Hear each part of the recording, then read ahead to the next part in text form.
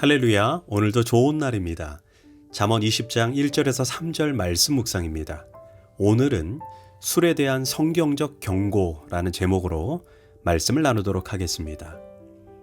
이스라엘에 가보면 물의 석회질이 굉장히 많이 있다는 것을 알 수 있습니다. 그래서 유대인들은 포도주를 물처럼 즐겨 마십니다.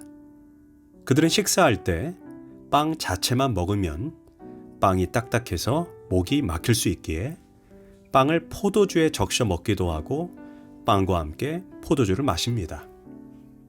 그러나 유대인들의 사고 속에는 절제되지 않은 술은 조심해야 한다는 분명한 의식이 있습니다. 신약 성경에서 포도주라는 말은 발효된 술과 발효되지 않은 포도즙 두 가지를 다 의미합니다. 발효된 포도주는 알코올 함량이 7에서 10% 정도 됩니다. 이것을 그냥 먹지 않고 물을 타서 희석해서 마십니다.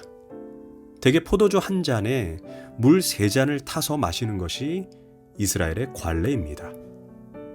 이렇게 하면 알코올 농도가 현저하게 떨어지게 되는 것입니다. 이런 포도주를 히브리어로 야인이라고 합니다. 한편 물을 타지 않는 포도주도 있는데 히브리어로 쉐카르라고 하는데 이것이 성경에서 말하는 독주입니다. 이스라엘 백성들 사이에 독주는 금지되어 있습니다. 이 독주를 현대어 성경과 NIV 성경에서는 맥주 또는 도수가 높은 술로 번역을 했습니다. 1절에서 솔로몬은 이렇게 말합니다. 포도주는 거만하게 하는 것이요 독주는 떠들게 하는 것이라. 이에 미혹되는 자마다 지혜가 없느니라.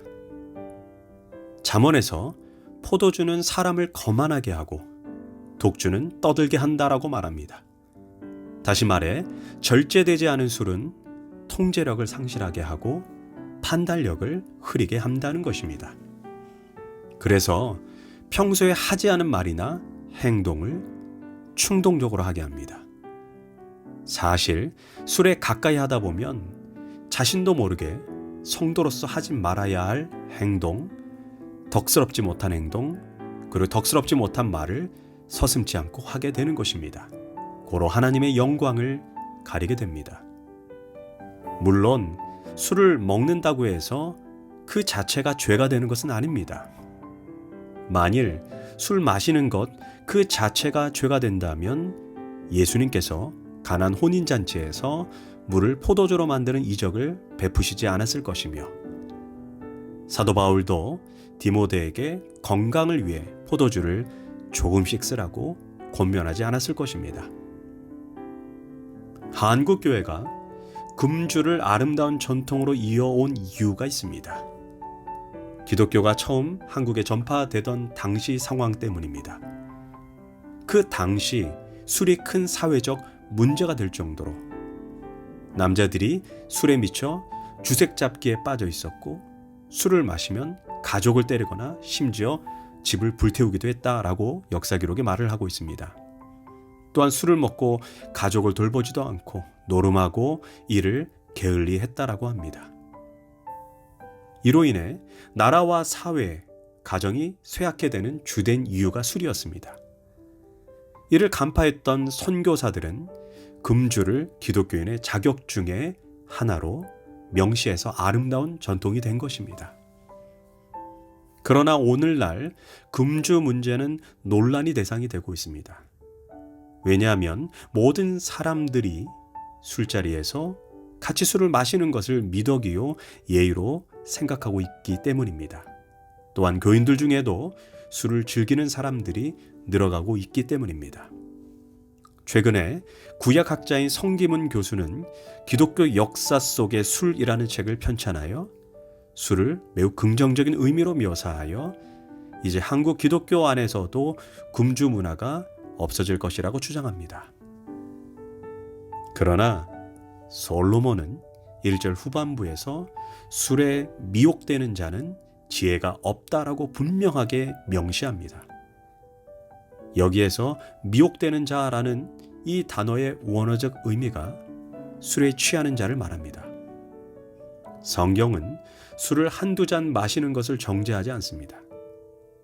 그러나 술 취하는 것을 정죄합니다. 문제는 술은 절제하기가 결코 쉽지 않다는 것입니다. 속담에도 술이 술을 부른다라는 말이 있습니다. 술을 한번 입에 대면 절제가 되지 않는 것이 술입니다.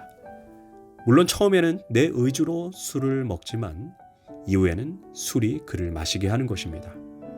그래서 술은 이성을 잃게 하고 마비시켜 자기가 원하지 않는 행동을 하게 하는 것입니다. 우리는 언론을 통해 소위 인류대를 낳은 정치인들과 판사들이 자신의 신분을 잊어버리고 술자리에서 말 실수를 하여 언론의 지탄을 받거나 또는 성희롱적인 발언이나 성추행을 하여 하루아침에 지도자의 자리에서 해임되는 상황을 보게 됩니다. 이처럼 술은 우리 인생에 큰 낭패를 초래할 수 있습니다. 구약 성경에 의인 노아도 술 취함으로 그 장막에서 벌거벗는 실수를 하였고, 의로운 롯도 술 취함으로 근친상간의 부끄러운 죄를 범하게 했습니다. 아론의 아들로서 제사장 나답과 아비후는 술에 취해 성소의 분향단에 하나님이 금지한 다른 불을 사용함으로 인해 하나님의 심판을 받고 그 자리에서 죽음을 맞이합니다. 이처럼 술은 유익이 별로 없습니다. 술은 사람으로 실수하게 하고 범죄케 하고 자기 몸에 해를 주며 개인과 가정에 경제적 손실을 가져옵니다. 그래서 사도 바울도 술 취하지 말라고 교훈하였고, 감독과 집사의 자격으로 술을 즐기지 않음과 술에 임박이지 않음을 들었습니다. 또는 늙은 여자에게 술의 종이 되지 말라고 단호하게 교훈했습니다. 심지어 바울은 술 취하는 자는 하나님의 나라를 유업으로 받지 못한다라고 경고했습니다. 고린도전서 6장 9절입니다. 불의한 자가 하나님의 나라를 유업으로 받지 못할 줄 알지 못하느냐. 음행하는 자나 우상 숭배하는 자나 간음하는 자나 남색하는 자나 술 취하는 자는 하나님의 나라를 유업으로 받지 못하리라. 베드로도 역시 술 취함을 이렇게 경고합니다. 베드로전서 5장 8절입니다. 근신하라, 깨어라, 너희 대적 마귀가 우는 사자처럼 두루다니며 삼킬 자를 찾나니라고 말합니다. 여기에서 근신하라라는 말이 원어로 넵사테라고 하는 단어로 그 뜻이 술 취하지 말라는 의미입니다. 베드로가 의도한 것은 술 취함이 마귀에게 틈을 주고 마귀의 영적 공격 대상이 될 수 있음을 경고하고 있는 것입니다. 제가 최근에 호기심으로 술과 범죄의 연관성에 관한 논문을 한번 찾아봤습니다. 충격적인 것은 한국에서만 4만 개가 넘고 미국에서는 30만 개가 넘습니다. 미국에서 총기 사고의 61%가 알코올 이후에 일어났다는 통계 조사가 있습니다. 한국의 경우 살인범죄의 54%, 성폭력의 44.6%, 신체폭력의 47%가 술기운에 우발적으로 일어났다라고 말합니다. 한국건강관리본부 통계조사에 의하면 매년 술로 인해 살인, 강도, 방화, 강간이 80만 건에서 100만 건에 달한다고 합니다. 이처럼 술은 나로 하여금 사단의 조종을 받게 하는 도구가 될 수 있습니다. 그래서 경건하게 살기로 작정한 다니엘은 바벨론 땅에서 이렇게 결단했습니다. 다니엘 1장 8절입니다. 다니엘은 뜻을 정하여 왕의 음식과 그가 마시는 포도주로 자기를 더럽히지 아니하리라 했다라고 말합니다. 구약에서도 평신도 사역자로 또는 일반인으로 일정 기간 혹은 평생을 스스로 서원하고 자원하여 하나님께 헌신하기로 봉사하기로 결단한 사람들이 있습니다. 이런 사람들을 가리켜 성경은 나시린이라고 말합니다. 저는 찬양 봉사하겠습니다. 저는 차량 봉사하겠습니다. 저는 교회 주방 봉사하겠습니다. 저는 교회 청소 봉사하겠습니다. 저는 전도자의 삶을 살겠습니다. 이렇게 결단하는 평신도를 구약에서는 나시린이다라고 말합니다. 이들은 자신의 서원한 기간 동안 알코올 성분이 있는 포도주와 독주를 먹지 않겠다고 하나님 앞에 서원합니다. 왜냐하면 술은 내가 하나님 앞에 깨어있지 못하게 하기 때문입니다. 그래서 예수님도 누가복음 21장에서 마지막 때를 가르치면서 술 취함과 방탕하는 자들은 그 마지막 날이 덫이 될 것이다 라고 경고했습니다. 이처럼 술은 성경에서 매우 부정적인 시각으로 보고 있습니다. 우리의 육체적 건강과 영적 건강을 해하고 이성을 마비시켜 죄를 범하게 하는 술을 굳이 즐겨 마실 필요가 있을까요? 기도하겠습니다. 하나님, 우리가 하나님 이외에 다른 것에서 기쁨을 찾지 않게 하소서.